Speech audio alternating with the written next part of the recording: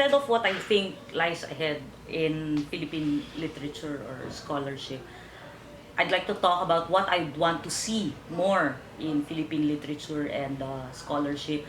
I teach I teach popular art and culture class at the Department of Art Studies, and I would definitely want to see more books about, for instance, comics or telenovelas, or or ads or design here in the Philippines to enhance popular art and culture scholarship here in the Philippines. Of course, I'd also want to see more art historical books, not just in the visual arts but even for dance. Um, I teach a perspective in Philippine art history course also at the master's level of the department, and um, we lack some sources, so I would definitely like to see more dance history, theater history. I know Unreal wrote some already, but of course we need more, and even film history. Huh? So those are the things that I would like to see more in the humanities, popular art and culture, Philippine art history. In my field, in terms of film history, I would like to see maybe a history of alternative or indie cinema here in the Philippines, or even an update to the short films, history and animation. No? And well, in the case of the reviewers, when I got the comments of the reviewers, of course I had to follow them, but I had to stick to some of the framework that I had in mind, and that really worked for me. And I felt explained my work. So criticism, well, I don't know. I haven't read any reviews yet. I don't know if people have reviewed my work yet. Um, since it's based on a dissertation, my PhD in Philippine Studies, then I really had to deal with a lot of comments from the critic and the readers in my panel. Those are the things that I had to follow.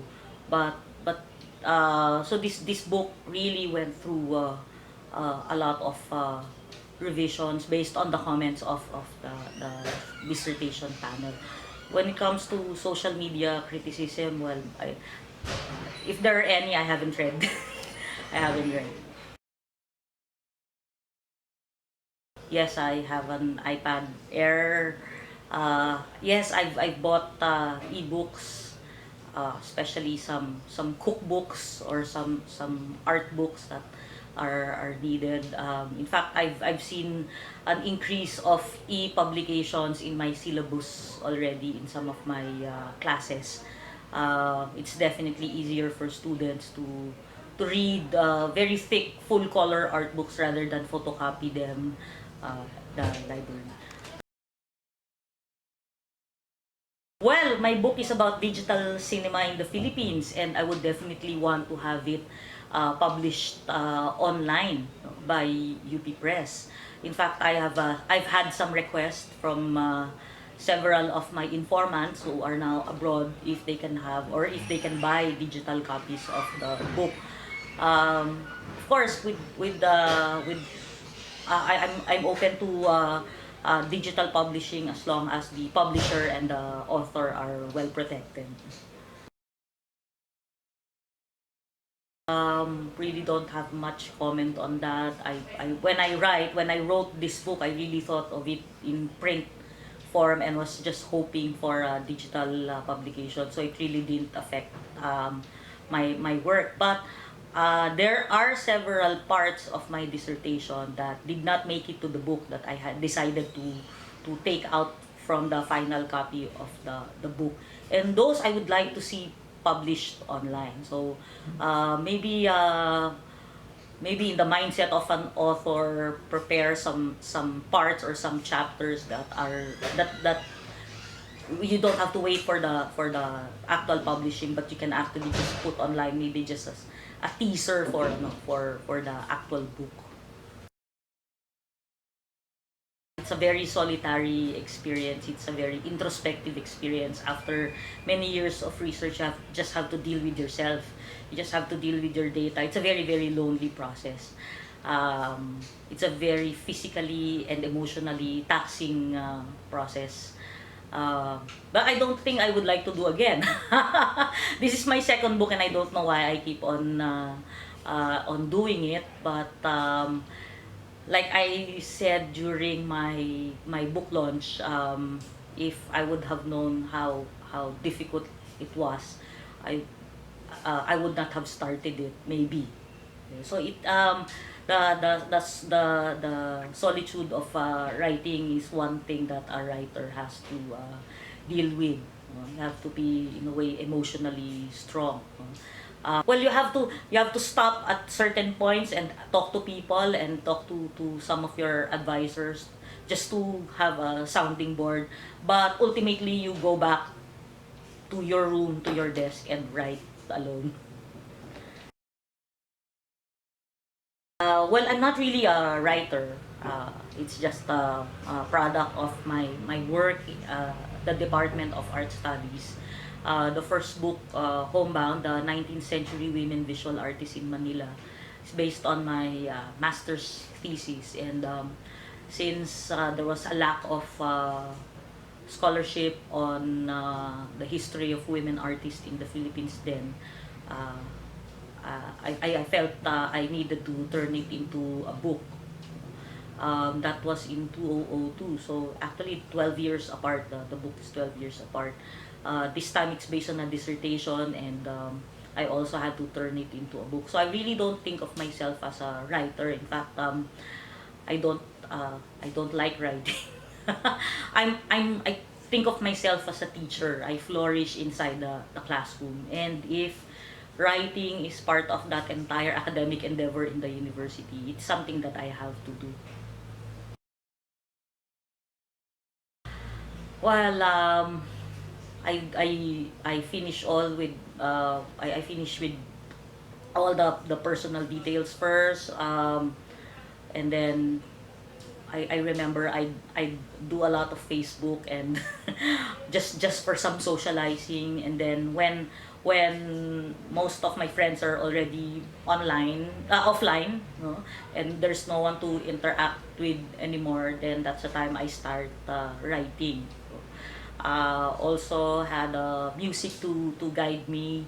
Usually listen to I remember I have landmark music during particular parts of my writing.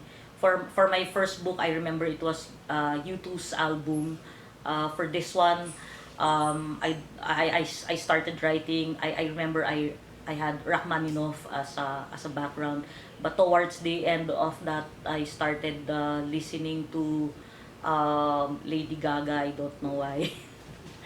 My process of writing, I tend to write late at night. I start at about 11 p.m. and end about 6 a.m.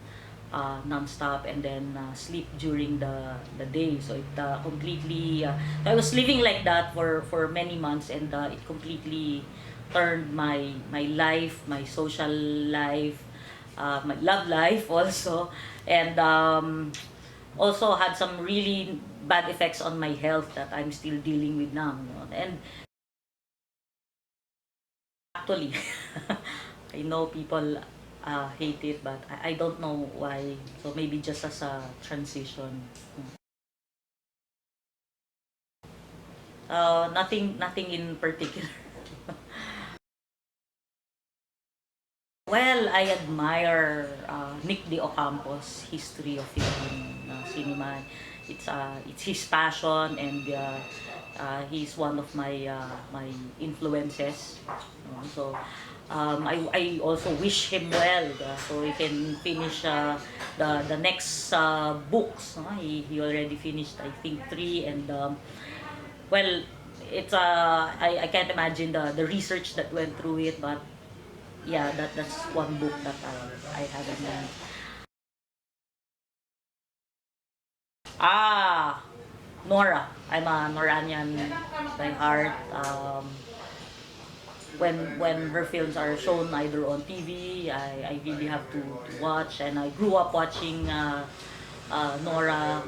One time I was in Bicol, I even took a ride to the train station where she was selling the water bottles just to pay homage to Nora Honor. I think I've met her twice, and those are highlights of my life. And for the body of work, I believe, and for representing countless characters that we can all relate to, I think Nora Honor deserves to be a national artist.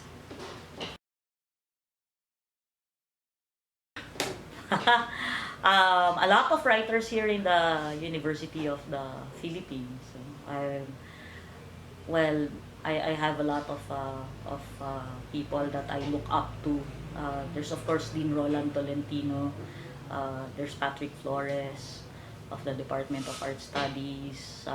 So those are, I mean, I can't even uh, imagine, no, the work they put into the research. And Dean Roland is very prolific. He just continues to write, even if he's been a dean for many years already. He takes time and to write. And also a lot of people from my department, the younger members of the department. I like the work that they are doing, very very new, very fresh, no? From some areas of Philippine art and culture that we haven't looked into. So I guess those are the people that I look up to in my field.